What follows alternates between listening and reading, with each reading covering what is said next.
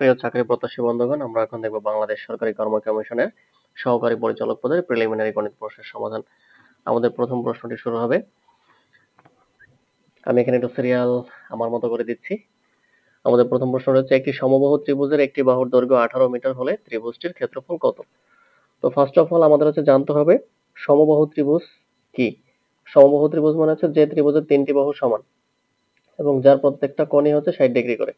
তো এই সমবাহু ত্রিভুজের ক্ষেত্রফলের সূত্র কি? সমবাহু ত্রিভুজের ক্ষেত্রফলের সূত্র হচ্ছে √3/4 a স্কয়ার। a স্কয়ার মানে কি, এই সমবাহু ত্রিভুজের প্রত্যেকটা বাহু তো সমান, তাই না? নতুবা সমবাহু ত্রিভুজ হইতে পারতো না। এজন্য হচ্ছে এই যে কোনো একটা বাহু, তো বাহুর দৈর্ঘ্য আছে কত? 18। তো এখানে যদি আমরা √3/4 into 18 a square, 18 a square মানে 18 গুণন 18। এখন আমরা কাটাকাটি করি। প্রথমে 2 দ্বারা কাটাকাটি করলে 9 দুগুণে 18, আবার 9 দুগুণে 18, তাহলে আমরা 9 9 গুণ করলে হচ্ছে আমাদের 81 √3। 81 √3 হচ্ছে আমাদের অ্যান্সার। আমাদের পরবর্তী প্রশ্ন 2 নম্বর প্রশ্নে আমাদের বলা আছে, সার্বিক সেট ইউ এর যে কোনো উপসেট এ ও বি এর জন্য কোনটি সঠিক? তো এক্ষেত্রে আপনারা একটু ডিমর্গানের অনেকগুলো সূত্র আছে, আপনারা ডিমর্গানের সূত্রগুলো একটু দেখে নেবেন। তো আমি এখানে যে সূত্রটা এখানে সিদ্ধ হয় সেটা একটু লিখে দিচ্ছি। এ ইন্টারসেকশন বি তার হোল প্রাইম ইকুয়াল হচ্ছে এ প্রাইম ইউনিয়ন বি প্রাইম। এটাই হচ্ছে আমাদের, মানে এখানে যে চারটা অপশন দেওয়া আছে এর মধ্যে এটাই হচ্ছে এই সিদ্ধ অপশন, এটাই হচ্ছে আমাদের উত্তর। নেক্সট কোশ্চেন হচ্ছে আমাদের 3 বলা আছে 500 থেকে বড় ক্ষুদ্রতম মৌলিক সংখ্যা কত? তো 500 এর বড় ক্ষুদ্রতম মৌলিক সংখ্যা হচ্ছে 503। মৌলিক সংখ্যা কাকে বলে? যে সংখ্যাকে ওই সংখ্যা ছাড়া অন্য কোনো সংখ্যা দ্বারা ভাগ করা যায় না তাকে হচ্ছে মৌলিক সংখ্যা বলে। তো আমাদের 500 থেকে বড় ক্ষুদ্রতম মৌলিক সংখ্যা হচ্ছে 503। আমাদের নেক্সট কোশ্চেন হচ্ছে 4 নম্বর কোশ্চেনে বলা আছে 5 পূর্ণ 1/4 ও 2 পূর্ণ 1/8 এর লসাগু কত? তো আমরা এই পূর্ণ ভগ্নাংশটাকে একটু সাধারণ ভগ্নাংশে রূপান্তর করি। 4 5 20 আর 1 হচ্ছে 21/4 ও 8 2 16 আর 1 17/8। এখন বলা আছে এর লসাগু কত? আমরা ভগ্নাংশের লসাগুর নিয়মটা কি জানি? আমাদের ভগ্নাংশের লসাগুর নিয়মে কি বলা আছে? যদি লসাগু নির্ণয় করতে বলা হয় তাহলে এই যে লব আছে কত, এখানে 21 আর এখানে হচ্ছে 17, এটা হচ্ছে লসাগু করতে হবে। তো 21 আর 17 এর লসাগু হচ্ছে আমাদের 357। আর নিচের যে হর আছে এই হরের হচ্ছে করতে হবে কি গসাগু। তো এটা গসাগু হচ্ছে 4। গসাগু মানে কি শুধু কমন, আর লসাগু মানে কি কমন আনকমন সব। এটা আপনাদের একটু খেয়াল রাখতে হবে।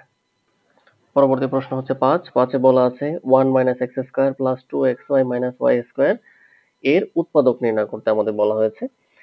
তো আমরা একটু এর উৎপাদক নির্ণয় করার চেষ্টা করি। 1 মাইনাস, মাইনাস সাইনটা কমন নিলাম। এখন x² মাইনাস হচ্ছে টুয়াইস xy প্লাস হয়ে গেল হচ্ছে আমাদের y²। এখানে 1 মাইনাস, এখানটা অ্যাজ ইউজুয়াল সূত্র x মাইনাস y হবে তার, সরি, x মাইনাস y তার হচ্ছে হোল স্কয়ার। এখন 1 এর উপরে স্কয়ার দেওয়া আর না দেওয়া কিন্তু একই কথা। তাহলে আমাদের কি হয়, a square minus b square. তাহলে a প্রথমটা যদি আমরা প্লাস দেই তাহলে x মাইনাস y হবে, আর দ্বিতীয়টা যদি মাইনাস দেই তাহলে এখানে x প্লাস হয়ে যাবে y। ব্যাস, এটি হচ্ছে আমাদের অ্যান্সার। আমাদের পরবর্তী প্রশ্ন 6 এ বলা আছে একটি লোহার ফাঁপা গোলকের বাইরের ব্যাস 10 সেন্টিমিটার এবং বেধ 2 সেন্টিমিটার হলে গোলকের ফাঁপা অংশের আয়তন কত? তো আপনারা একটু খেয়াল করেন, একটি গোলকের বাইরের ব্যাস হচ্ছে 10 সেন্টিমিটার। তো আমরা এখানে ব্যাস আর ব্যাসার্ধ পার্থক্য আমরা বুঝি, ব্যাস মানে হচ্ছে 2r। এটা আমি প্রথমটা বড় হাতের আর ধরি, ব্যাস মানে হচ্ছে 2r, এই 2r হচ্ছে 10 সেন্টিমিটার। তাহলে এটার আর মানে কি ব্যাসার্ধ, ব্যাস হচ্ছে কি, এটা যদি একটা গোলক আমরা ধরি, এই গোলকের তো উভয় পাশ ফাঁকা হবে। আচ্ছা, তো এটা যদি আমরা, এই টোটালটা হচ্ছে ব্যাস, এই মাথা থেকে এই মাথা পর্যন্ত এটা হচ্ছে একটা ব্যাস। তাহলে এখানে হচ্ছে কি আমাদের ব্যাসার্ধ, ব্যাস যদি 10 হয় তাহলে ব্যাসার্ধ কত হবে 5, এখানেও 5 এখানেও 5, তাহলে এখানে হচ্ছে আমাদের 5 সেন্টিমিটার। আচ্ছা গেল। এখন যদি আমরা ভেতরের ব্যাসার্ধটা নির্ণয় করতে চাই, ভেতরের ব্যাসার্ধ, আচ্ছা আমাদের এই টোটাল ব্যাসার্ধটা কত 5। এখন বলা আছে কি যে এর বেধ, বেধ মানে হচ্ছে পুরুত্ব, বেধ মানে কি পুরুত্ব। বেধ সমান যদি পুরুত্ব হয়, মানে এই যে এখানে যে ইয়াটা আছে সিলিন্ডারটা, হুম, এই যে গোলকটা আছে, এই যে হচ্ছে পুরুত্বটা, ঠিক আছে? এই অংশটা হচ্ছে 2 সেন্টিমিটার। তো আমাদের এই টোটাল ব্যাসার্ধ যদি হয় 5, বাইরের ব্যাসার্ধ যদি হয় 5, এখান থেকে যদি আমরা পুরুত্বটা বাদ দিই, তাহলে আমাদের কি ভেতরের ব্যাসার্ধটা হয় না? এটাকে আমরা ছোট আর দ্বারা কল্পনা করতে পারি। এটা সমান হচ্ছে 3 সেন্টিমিটার। আপনারা কি বুঝতে পারছেন? টোটালটা যদি হয় 5 এই পর্যন্ত, এর পুরুত্ব যদি হয় 2, তাহলে ভেতরের ব্যাসার্ধ কত হবে? ভেতরের ব্যাসার্ধ হচ্ছে টোটাল ব্যাসার্ধ থেকে পুরুত্বটা বাদ দিলে তো ভেতরের ব্যাসার্ধটা আমরা পাই। ঠিক আছে, এখন আমাদের বলা আছে যে ভেতরের ফাঁপা অংশের আয়তন কত। তো এখানে আমরা আয়তন নির্ণয় করি। যেহেতু ভেতরের ফাঁপা অংশের ব্যাসার্ধ হচ্ছে আমাদের 3 বা 3 সেন্টিমিটার, তাহলে এটার ভেতরের অংশের আয়তন হচ্ছে আমাদের কত? 4/3 পাই আর কিউব। তাহলে আমাদের 4/3, এখানে আমাদের পাই আছে, আর কিউব। আর কিউব মানে কত? 3 কিউব। 3 কিউব সমান কত হয়? 27, তাই না? 4, 3 আর এখানে 3 আর একটা দিন 9, তাই 3 কে কাটা, 3 নং 27, 4 নং হচ্ছে 36, 36 পাই। এই 36 পাই হচ্ছে আমাদের এই প্রশ্নের উত্তর। আমাদের পরবর্তী প্রশ্ন হচ্ছে 7। 7 এ বলা আছে 30,000 টাকায় যৌগিক মুনাফায় 12% হারে 2 বছর পরে মুনাফা কত হবে? আচ্ছা, আমরা একটা জানি সরল মুনাফা, আর একটা হচ্ছে কমপ্লেক্স বা কম্পাউন্ড। কম্পাউন্ডের বাংলা হচ্ছে যৌগিক। তাহলে এটা সূত্রটা কি? C সমান P into 1 plus I to the power n। আচ্ছা, এখানে P মানে প্রিন্সিপাল। প্রিন্সিপাল মানে কত টাকা? 30,000 টাকা। এখানে 1 প্লাস I মানে হচ্ছে ইন্টারেস্ট রেট। ইন্টারেস্ট রেট হচ্ছে কত পার্সেন্ট? 12%। 12 হচ্ছে পার্সেন্ট। পার্সেন্টের জন্য হচ্ছে 100 দ্বারা ভাগ। আমাদের বছর কয়টা? বলেন তো আমাদের বছর কয়টা? আমাদের বছর হচ্ছে 2টা। তো এখানে হচ্ছে আমাদের 30,000, এটাকে যদি আমরা লসাগু করি, এখানে হবে 100 প্লাস হচ্ছে 12, এর দিব স্কয়ার, এর 30,000। এখন আমাদের যোগ করলে হয় 112 ডিভাইডেড বাই হচ্ছে 100। যেহেতু স্কয়ার আছে, আমি একসাথে 2 বারে গুণ করে দিলাম। সমস্যা? না, সমস্যা হবে না। তো এখন আপনারা কাটাকাটি করেন, নিচে আছে 1 শূন্য 2 শূন্য, 1 শূন্য 2 শূন্য, 1 2 3 4। তাহলে এখানে থেকে 3 গুণন 112 গুণন 112, আপনারা একটু গুণন করে নেবেন। এখানে গুণ করলে আমাদের হয় 37,632। এটা হচ্ছে মুনাফা আসল সহ। আমাদের শুধু মুনাফাটা জানতে চাওয়া হয়েছে। তাহলে আমরা এখান থেকে যদি আসলটা বাদ দিই, 30,000 যদি বাদ দিই, তাহলে হবে কি 7,632। এই 7,632 হচ্ছে আমাদের অ্যান্সার বা মুনাফা, যৌগিক মুনাফা। Next question 8। বলা আছে একটি পঞ্চভুজের কৌণিক বিন্দুগুলোর সংযোগে উৎপন্ন ত্রিভুজ সংখ্যা কতটি? আচ্ছা, আমাদের ভুজ কয়টা? 5টা। এটা হচ্ছে কম্বিনেশন দিয়ে করতে হবে। তো আমাদের বিন্দুগুলোর, একটি পঞ্চভুজের কৌণিক বিন্দুগুলো, তো আমাদের এখানে কোণ হবে কয়টা? উৎপন্ন হবে 3টা। উৎপন্ন ত্রিভুজ সংখ্যা কতটি? তো এখানে যদি আমরা এটাকে কম্বিনেশন করি, কম্বিনেশন করলে আমাদের এখানে আছে 5, আর এখানে হচ্ছে আমাদের 3 ইন্টু 5 মাইনাস 3, 5 4 3, এখানে হচ্ছে আমরা 3টা রেখে দিলাম। এখানে হচ্ছে আমাদের 2 গুণন 1, 3 3 কাটা, 2 দুগুণে 4, 5 দুগুণে 10। এখানে আমাদের ত্রিভুজ সংখ্যা হবে কয়টা? 10টি। এটা কম্বিনেশন দিয়ে করতে হবে, হ্যাঁ?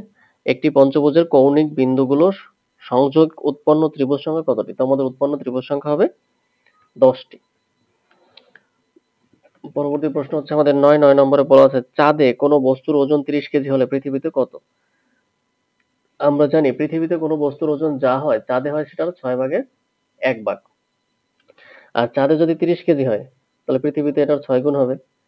তাহলে 3 6 18 কেজি, 180 কেজি হবে। আমাদের পরবর্তী প্রশ্ন হচ্ছে আমাদের 10 নম্বরে বলা আছে মডুলাস 2 মাইনাস 8x মডুলাস, তারপর হচ্ছে এটা কি লেস দ্যান 6 অর ইকুয়াল। আচ্ছা, যেহেতু মডুলাসের অঙ্ক আছে, আমরা এটাকে একবার মাইনাস করতে হবে এবং প্লাস করতে হবে। আমি আলাদা আলাদাভাবে না করে একসাথে করে দিচ্ছি। তো আমি প্রথমেই শুরুতে কি নিব? -6। আমি যদি -6 নেই, তাহলে এটা হয়ে যাবে আমাদের 2 মাইনাস 8x 6।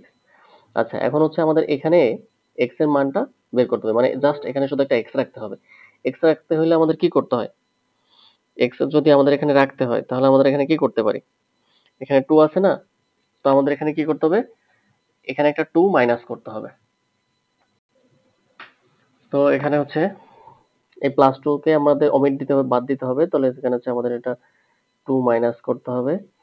তাহলে এই যে 2 একটা প্লাস, একটা দিলাম মাইনাস, একটা হলো হচ্ছে আমাদের 8x, একটা 6, একটা হচ্ছে মাইনাস 2। তো আমাদের এখানে হচ্ছে মাইনাস 8, এখানে আমাদের হচ্ছে মাইনাস 8x, আমাদের এখানে হচ্ছে 4। ঠিক আছে? আচ্ছা, এখন হচ্ছে আমাদের এই যে মাইনাস 8 দ্বারা ভাগ করতে হবে। এখন আমরা যদি উভয়কে মাইনাস 8 দ্বারা ভাগ করি, তাহলে এটা সাইন হচ্ছে ঘুরে যাবে। মাইনাস 8 দ্বারা ভাগ করলাম, এখানে হচ্ছে 4 ভাগ হচ্ছে মাইনাস 8। আচ্ছা, এখানে আমাদের পুরোপুরি কাটাকাটি যা থাকে হচ্ছে 1।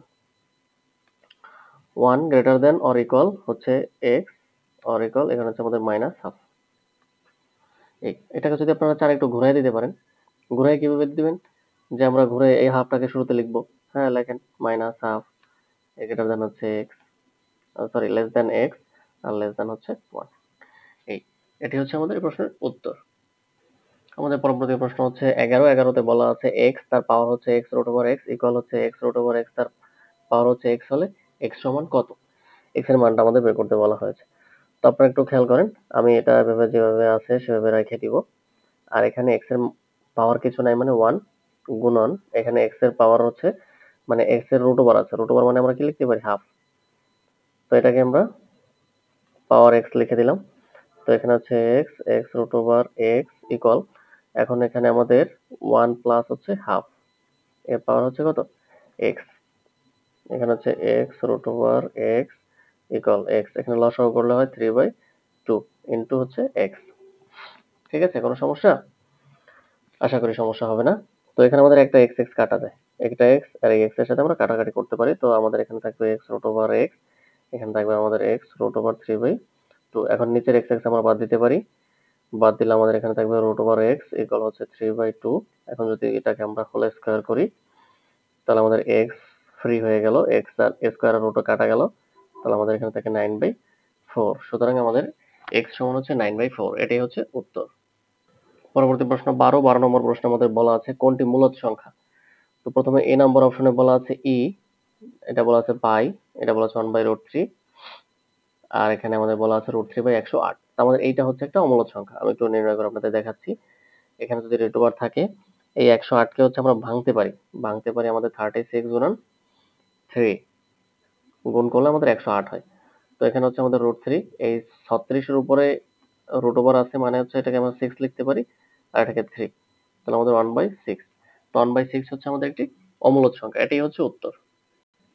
নেক্সট কোশ্চেন হচ্ছে আমাদের 13। 13 নম্বর প্রশ্নে বলা আছে কে এর মান কত হলে x square minus 3x plus 2 plus k equal 0 এর একটি উৎপাদক x মাইনাস 3 হবে। তো সুতরাং আমরা দেখি আমাদের একটা উৎপাদকের মান আছে 3 সমান হচ্ছে 0, তো x সমান হচ্ছে 3। এখন এই যে সমীকরণটা, এটা আমরা x সমান 3 বসিয়ে দেখি কি অবস্থা হয়। তাহলে এটার উপরে x এর মান যদি 3 বসাই, আমাদের 3 স্কয়ার মাইনাস 3 গুণন হচ্ছে 3 প্লাস 2 প্লাস k ইকুয়াল হচ্ছে আমাদের 0, এখানে হচ্ছে 9, এখানে 9 প্লাস 2 প্লাস k ইকুয়াল হচ্ছে 0। সুতরাং আমাদের k সমান কত হবে, -2। এই k সমান -2 হচ্ছে আমাদের এই প্রশ্নের উত্তর। আমাদের পরবর্তী প্রশ্ন হচ্ছে 14। 14 নম্বর প্রশ্নে আমাদের বলা আছে log 8.25 ইকুয়াল হোয়াট, এটা সমান হচ্ছে কত। তো আমরা অঙ্কটা করার সময় হচ্ছে আমরা একটু ধরে নিব, বা এখানে 8.25 সমান হচ্ছে আমরা x ধরে নিলাম। আমরা অঙ্কটা করার সুবিধার্থে x ধরে নিব। এখন আমরা হচ্ছে সূচকের নিয়ম অনুসারে কি এই 8 এর মাথার উপরে কি x চলে আসবে না, 8 এর মাথার উপরে কি চলে আসবে, x চলে আসবে, আর এই 0.25 চলে যাবে এই পাশে, 0.25 এই পাশে আমি পাঠিয়ে দিলাম। তাহলে এখন আমি 2 to the power cube x লিখতে পারি। আচ্ছা, আর এই 25 কে আমি 25/100 এভাবে লিখতে পারি, অথবা 1/4 এভাবে লিখতে পারি। এখন 2 to the power 3 cube equal, এখন এই যে 1/4 আছে, এই 1/4 কে আমরা -2 স্কয়ার এভাবে লিখতে পারি। এভাবে লেখা যায় না? হ্যাঁ, এভাবে লেখা যায়। কারণ হচ্ছে মাইনাস থাকলে 1/, হয়ে যায়। মাইনাস থাকলে 1/, হয়ে যায়। চলো, আমাদের মাইনাস থাকলে যদি 1/, হয়ে যায়, তো 2 স্কয়ারের সমান হচ্ছে কি 4 হয়ে যাবে। তাহলে এই 2 কাটা। এখন আমাদের থাকলো কত, 3x ইকুয়াল হচ্ছে -2। সুতরাং আমাদের x সমান কি লিখতে পারি -2/3। এই -2/3 হচ্ছে আমাদের এই প্রশ্নের উত্তর। আমাদের সর্বশেষ হচ্ছে 15 নম্বর প্রশ্ন। আমাদের 15 নম্বর প্রশ্নে বলা আছে 11 সেন্টিমিটার ব্যাসার্ধের বৃত্তের কেন্দ্র হতে 5 সেন্টিমিটার দূরে অবস্থিত উক্ত বৃত্তের কোন জ্যা এর দৈর্ঘ্য কত? তো কথাটা কি হইলো, আমাদের হচ্ছে এরকম একটা বৃত্ত আছে, বলা হচ্ছে 11 সেন্টিমিটার ব্যাসার্ধ। এই বৃত্তের ব্যাসার্ধ হচ্ছে কত? 11 সেন্টিমিটার এবং এর কেন্দ্র হতে 5 মিটার দূরে। এই একটা 5 মিটার দূরে আমি ধরে নিলাম। এখানে একটা জ্যা আছে, বলা আছে এই জ্যার দৈর্ঘ্য কত। তো এখান থেকে এখানের দূরত্ব বলা আছে ব্যাসার্ধ হচ্ছে 11 সেন্টিমিটার। এই যে ব্যাসার্ধ হচ্ছে 11 সেন্টিমিটার। তাহলে আমি যদি এটাকে আমাদের নির্ণয় করতে বলা আছে এই যে জ্যা, জ্যা হচ্ছে, জ্যা কাকে বলে?